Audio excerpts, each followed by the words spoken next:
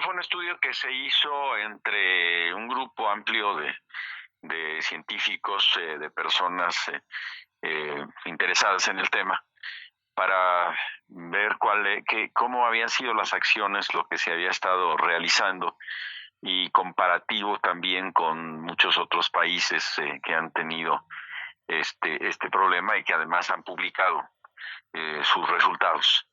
Porque sí consideramos que ha habido algunas acciones que pudieron haber sido tomadas de otra manera.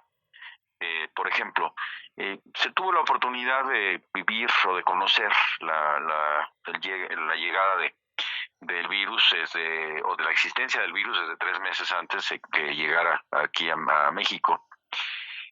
Sin embargo, pues todavía en el mes de febrero se vendieron cubrebocas a los chinos, y cuando en febrero 28 ya teníamos nosotros el primer caso, y viendo también lo que estaba pasando en otros países, o sea, la amenaza era amplia y al principio se desdeñó un poco la importancia de la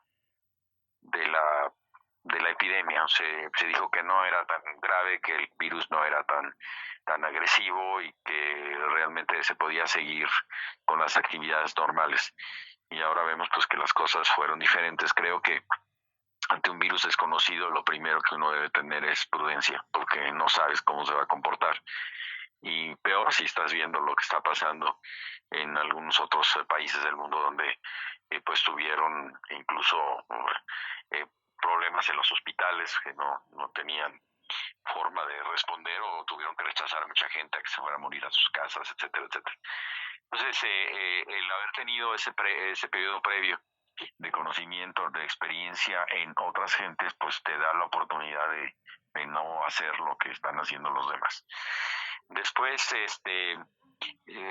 empezaron a tomarse con tibieza las acciones de distanciamiento físico. Ok, entendemos que esto tiene y tuvo y tendrá un impacto económico, pero ahí es precisamente en donde el gobierno tiene que soportar o apoyar a la ciudadanía, y particularmente a los trabajadores informales, cuyo ingreso diario es fundamental para subsistir. Si no se tiene esta visión, que no sean nada más los apoyos sociales ya comprometidos, sino poder dar durante 1, 2, 3 meses o más, como se hizo en otros países, recursos para que la gente se pueda quedar en su casa, pues no se va a quedar en su casa, y la presión para que quites esas medidas pues va a ser muy alta. ¿Por qué? Porque como al 80% o 81% de las personas que les pasa, que se afectan, no es grave, pues dicen, pues es que no es tan grave. Pues sí, no es tan grave para ellos, pero al 5% que se ponen muy graves y que sí se mueren, pues todas esas son vidas que se pierden y no se recuperan. Entonces, y además estas personas que son a veces más sensibles, que son los adultos mayores o que tienen comorbilidades, pues estas personas a veces ya no tienen forma de subsistir. Entonces, si no tienen esos apoyos, es muy, muy difícil que puedan quedarse en su casa. Además, un punto clave ha sido la realización de las pruebas.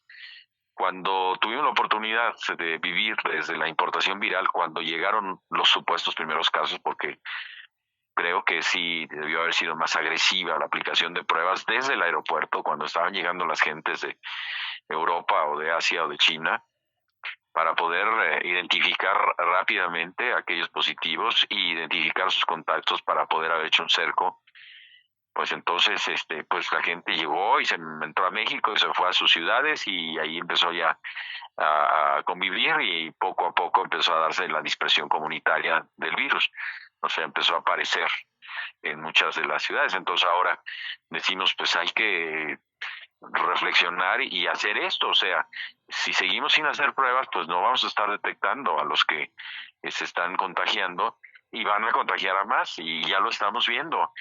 Ahora que se trata de volver a una nueva normalidad, pues poco a poco se van dejando de lado las acciones de prevención.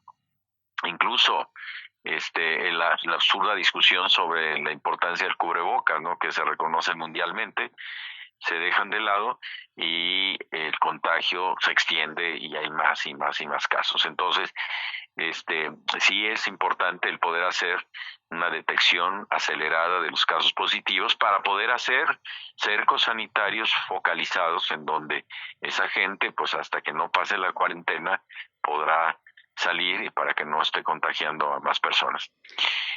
Después, por otro lado, también esa política de que muy bien, pues hay que quedarse en su casa y si se siente muy malo, pues ya nos avisa o se viene. No, espérame. Si es gente que no entiende que es muy malo, ¿no? O sea, sí, si no puede empezar a respirar. Bueno, pero es que eso también depende de cómo está su saturación de oxígeno y además, lo ideal es que sean vistos por un médico. O sea, a ver, véngame a ver y ya vemos si le estamos dando seguimiento para ver si realmente va a poder estar en su casa o si lo podemos hospitalizar aunque sea unos días y luego regresar a su casa o si tiene que pasar a terapia intensiva porque a lo mejor no va a salir. Entonces, eh, uso amplio de pruebas, uso de cubreboca obligatorio en todos lugares abiertos y también cerrados cuando son espacios muy pequeños, donde no hay una buena circulación del aire porque el contagio realmente puede ser muy importante.